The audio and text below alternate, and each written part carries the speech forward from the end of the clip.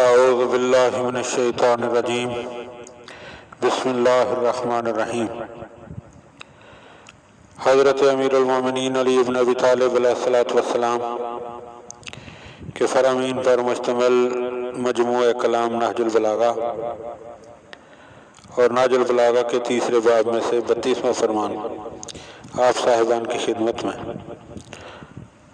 ہدیہ کرنے کی سعادت حاصل کی جا رہی ہے، اس دعا کے ساتھ کہ پروردگار ہمیں مولا کی معرفت بھی نصیب فرمائے اور مولا کے فرامین کو سمجھنے اور ان پر عمل کرنے کی توفیق عطا فرمائے۔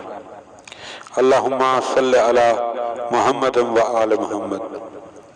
وقال علیہ السلام، آپ علیہ السلام نے ارشاد فرمایا، فاعل الخیر خیر منہ، نیک کام کرنے والا خود اس نیک کام سے بہتر ہوتا ہے، وفاعل الشر شر منہ، اور برائی کرنے والا خود اس برائی سے بدتر ہوتا ہے۔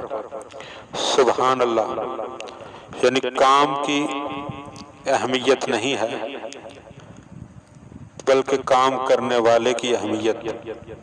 اگر اچھائی کرتا ہے تو یقیناً وہ اچھائی سے بہتر ہے، اور اگر خدا نخواستہ برائی کرتا ہے تو برائی کرنے والا یقیناً اس برائی سے بدتر ہے۔ دعا ہے کہ خداوند عالم ہمیں مولا کے ان فرامین کو سمجھنے اور ان پر عمل کرنے کی توفیق عطا فرمائے۔ اللہم صلی علی محمد و آل محمد۔